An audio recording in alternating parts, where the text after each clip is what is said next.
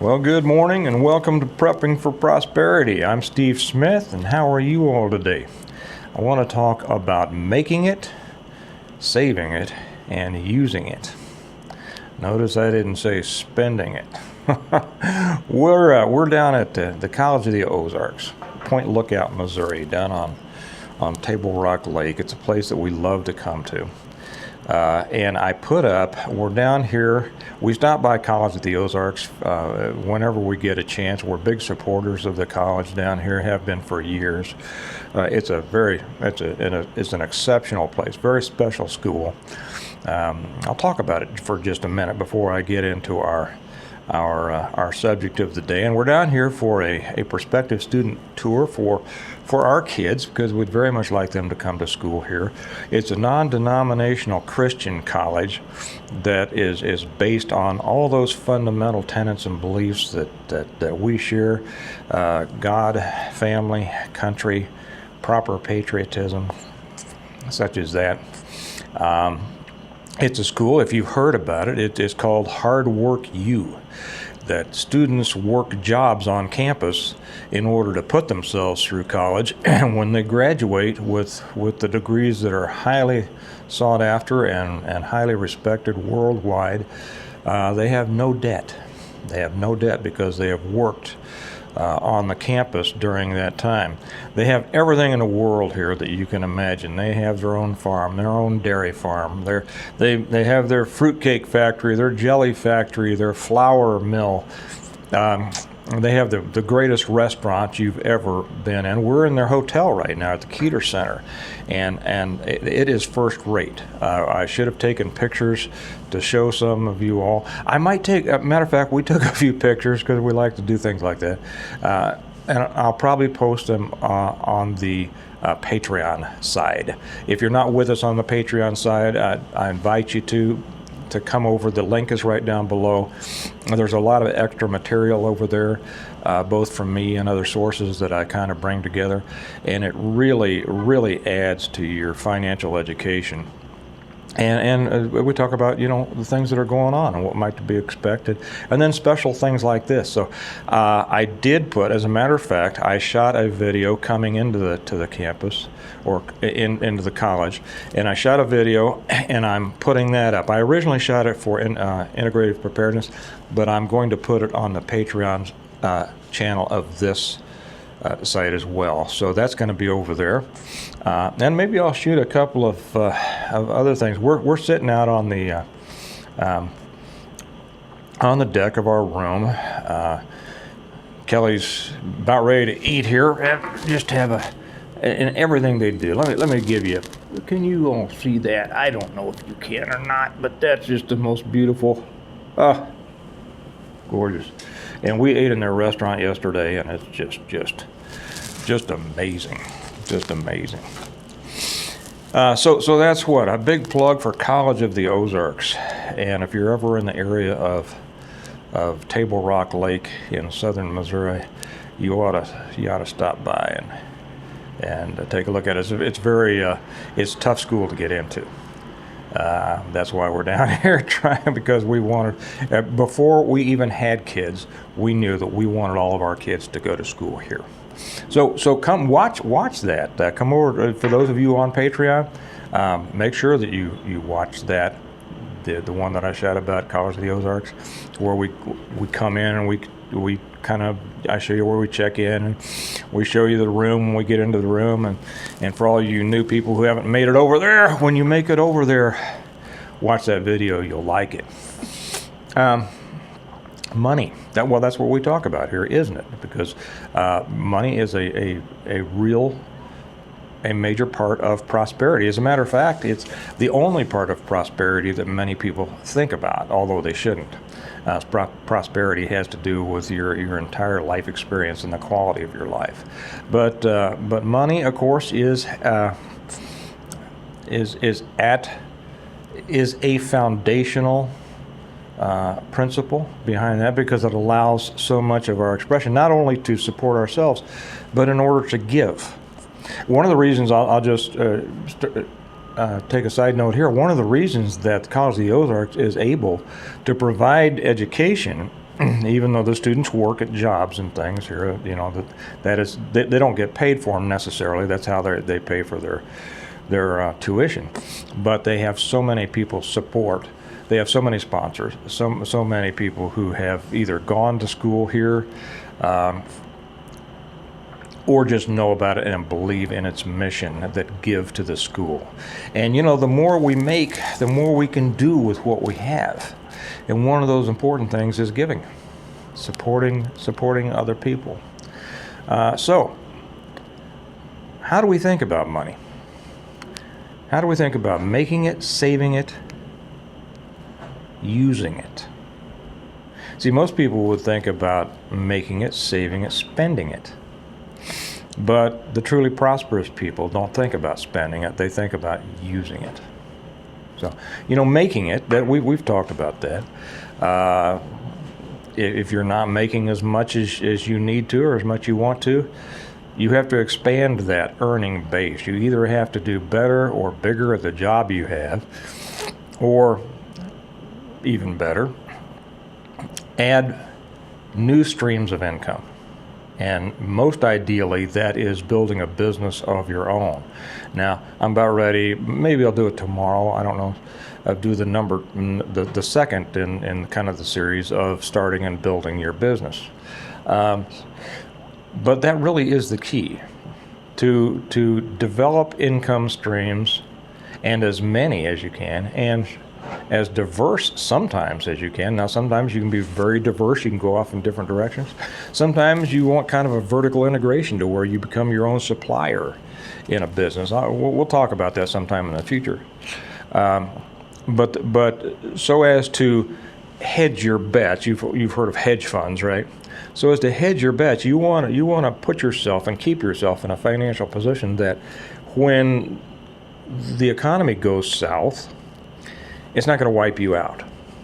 Okay, hopefully your job is one that can survive an economic recession, but many aren't. Many people are going to be laid off here in the future with their coming recession, and who knows if it will become a depression. Many will lose their jobs. But the story that I told about the two grandfathers, and I think I put that up over on here she comes. They didn't eat all. I showed them your food, but we didn't eat any of it. As the ones that I put up about my two grandfathers over on Patreon, how they survived and did well during the Depression. You need to have a mindset. You need to prepare yourself for those possibilities in the future, and maybe in the near future.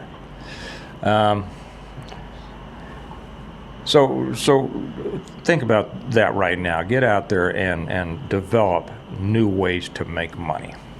So making money, that's just, we'll talk about that in more depth another time. Saving money.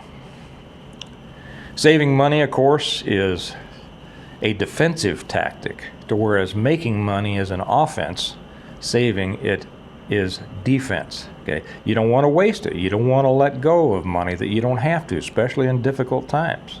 In fat times, there's nothing wrong with going out and treating yourself, and as long as you're not doing it irresponsibly, and as long as you're continuing to build your financial strength and your savings and all that. But that really is what excess money can do. It can give you a better life, and it can put you in a position to be able to help other people. Whether it's to help friends or neighbors or family who might need it, or whether to support someplace like College of the Ozarks here. Give back as the Lord blesses us. He enables us to give to others. We're not meant to be the final vessel to receive everything. We're not meant to be the receptacle of everything, but rather to be a conduit through which God's blessings flow to others. And as we allow those to proceed onward, we are able then to receive more. So when we get to saving, like I say, it's defensive, but it's necessary that it be strategic. I mentioned the other day about the stealth trick of saving all your change. And I was about to add another one the next day, and somebody left a comment on exactly what I was talking about, and that is while you're saving your change and putting it in jugs and bags and things like that, start throwing in extra dollar bills. And here and a five. You know, at the end of the day, I think this guy said something much like what I do. Is at the end of the day, when you start spending cash, you spend less money. At the end of the day, look in your wallet and just take all the ones out and put it in your little hidey hole. And at the end of a year, you will be shocked how much money you have. And then you get to decide what to do with that money. Do you need to pay a bill off? Do you need to pay a credit card off? Are you good in that situation? Do you want to take a little trip? Would you like to come down and spend a night at College of the Ozarks? You know, that's a way you can kind of secretly spend. You know, we lose a lot of our money stealthily because we waste it. We don't keep track of the pennies. And like the old saying is, keep track of the pennies and the dollars take care of themselves. It's true in both saving and in waste. People don't see the dribbles, the leaks through the cracks of their life because, well, this is only a few dollars and that's only a few dollars and that's only a few dollars and that's only a few dollars. And none of it seems very important in and of itself. But when you put all those little things together, it becomes a flood that can, wash you down the river, and all of a sudden you're in a spot you didn't want to be in.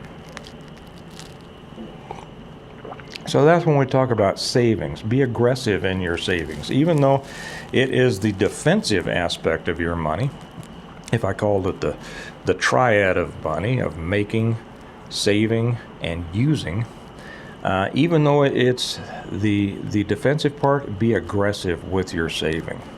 The third part is most people would think, like I said, of spending. Affluent people don't think about spending their money. They think about using their money, and that really people don't realize that money is a tool. It's to be used with respect. It's to be used wisely. It's to be used to increase its own blessings. What God gives us, He expects us to use responsibly and wisely. And to the extent that we do that, He will continue to bless us in those endeavors. So when you're thinking about how you use your money, sit down and take a few moments and say, well, now am I just spending this money? Which means that, well, I'm getting rid of this money in exchange for something that I'm going to enjoy. Okay. Well, now take a look at that enjoyment. Are you going to enjoy that chocolate bar? And then all of a sudden, well, that's gone, except for what you keep around your waist. Okay. Are you thinking about a momentary, type of piddling away your money? Well, I want that. Well, I'm gonna feel better if I eat this or if I drink that or whatever. Or I want that new outfit, or I want this, or I want that. That's spending. And it's kind of the difference between spending and investing, because investing is using. So instead of thinking about spending, or when you're starting to see that dollar go out of your hand, ask yourself, okay, am I spending this or am I using it? And if I'm using it, am I using it wisely? Because when you use money wisely, you end up feeling good about it. You get a return on it. You'll get something of value, even if that something of value is a memory, a good memory. And so that's good use of your money. The three all come together. People have a tendency to think about them individually, but you have to think about them as a package. You have to think about this whole thing as an organic system that's a part of your financial life.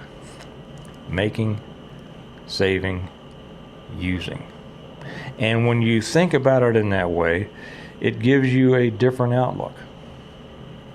It gives you a positive outlook. It gives you an outlook that you're in charge of your financial life, of your financial health, of your prosperity now and to come.